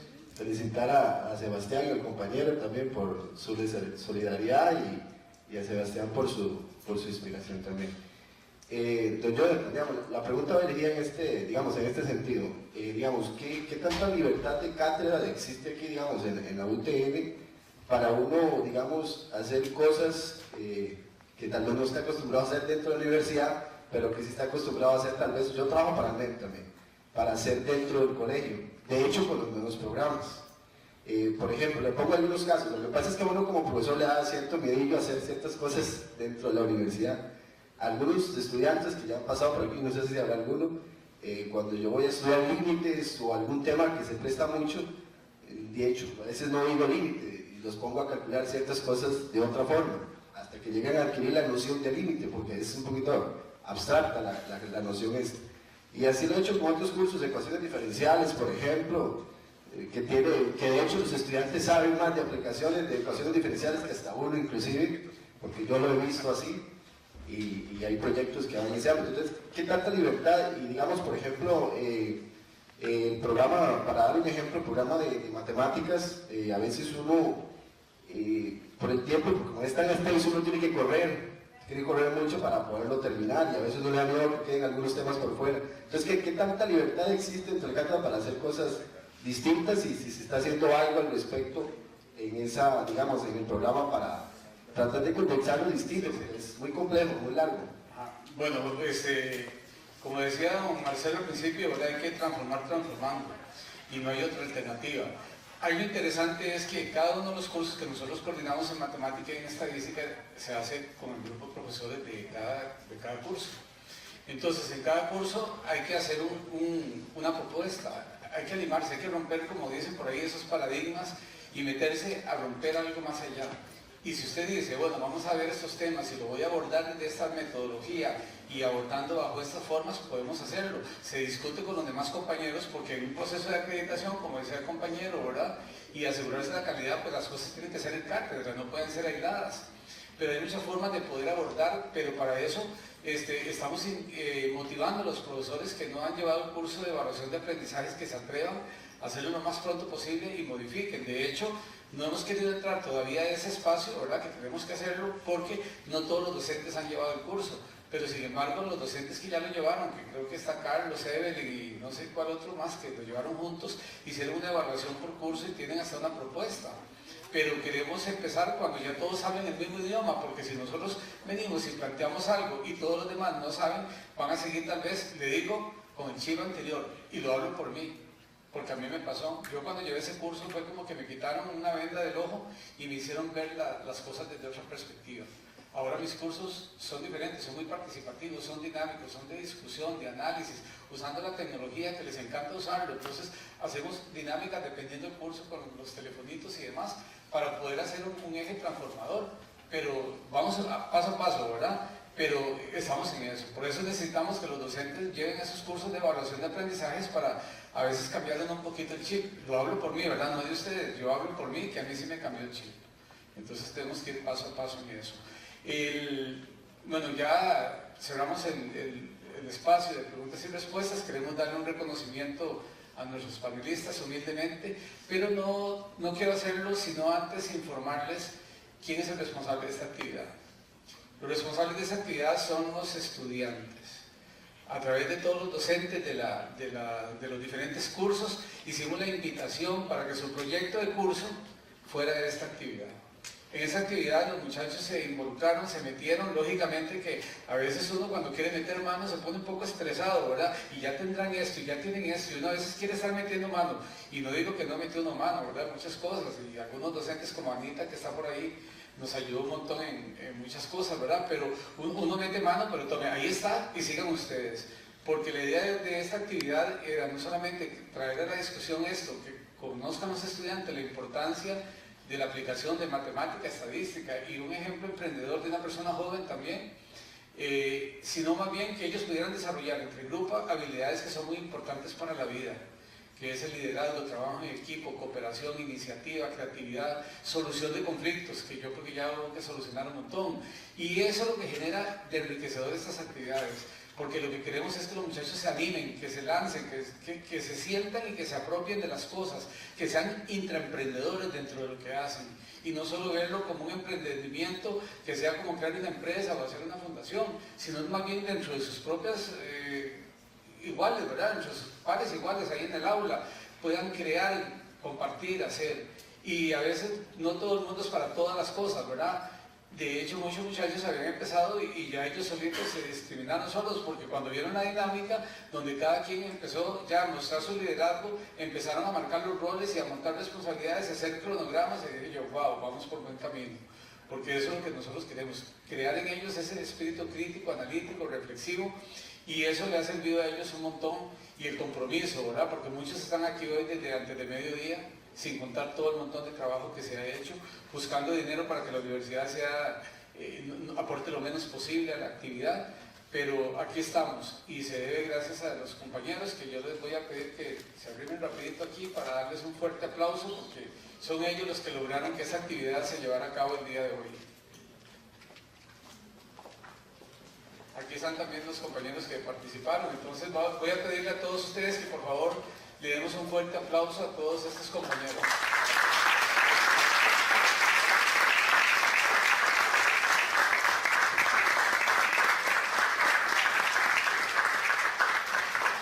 Y de verdad, muchachos, muchísimas gracias, y yo les reto a todos los demás que están ahí, que en sus cursos por favor tengan iniciativa, hagan cosas, transformen y presenten aquí todo ese montón de ideas que pueden transformarse en un emprendimiento, como decía el compañero, que se puede transformar en un montón de cosas, porque la generación del relevo son ustedes.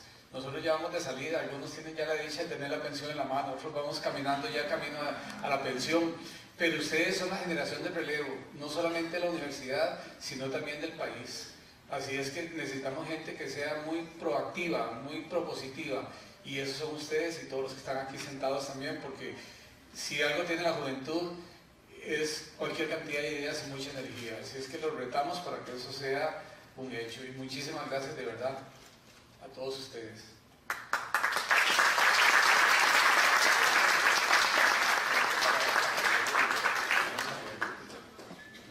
Bueno, vamos a leer el certificado que le hicimos a los compañeros. Dice Universidad Técnica Nacional, sede central, sede ecológica, decanato, área de matemática y estadística, autor del presente certificado de agradecimiento a Edwin Chávez Esquivel por su participación como expositor en el foro Matemática y Estadística, Ciencias Aplicadas, realizado en la sede central el día 7 de noviembre del 2016. Muchísimas gracias, don Edwin,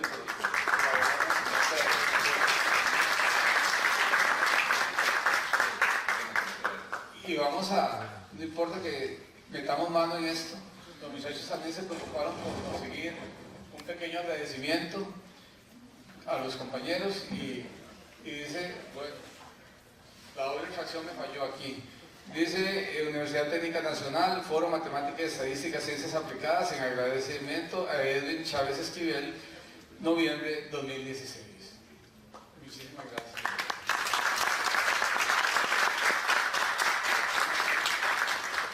De igual manera tenemos el certificado de participación para don Sebastián Piedra Rodríguez y que también le damos un fuerte aplauso y le damos nuestro agradecimiento.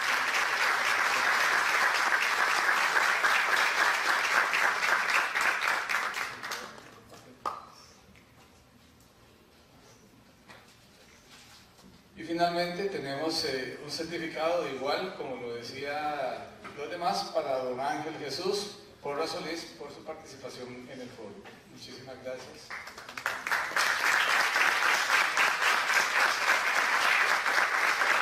Muchas gracias, muchachos. Bueno, ya para finalizar, los compañeros que ustedes aplaudieron ahora, felicitándolos y que reitero mi felicitación y agradecimiento por todo este apoyo. En un reconocimiento y agradecimiento a la presencia de ustedes en esta noche, prepararon un cóctel que vamos a degustar ahí a la salida en el lobby, y queremos agradecer a los panelistas, a ustedes, a don Emanuel, a la señora la directora de docencia, a don José Luis, Luis Fernando, nuestro vicedirector de extensión, por la participación, y a la compañera que se encargó de toda esta transmisión, Rebeca, hoy me perdí los nombres, Sofía. Muchísimas gracias y buenas noches.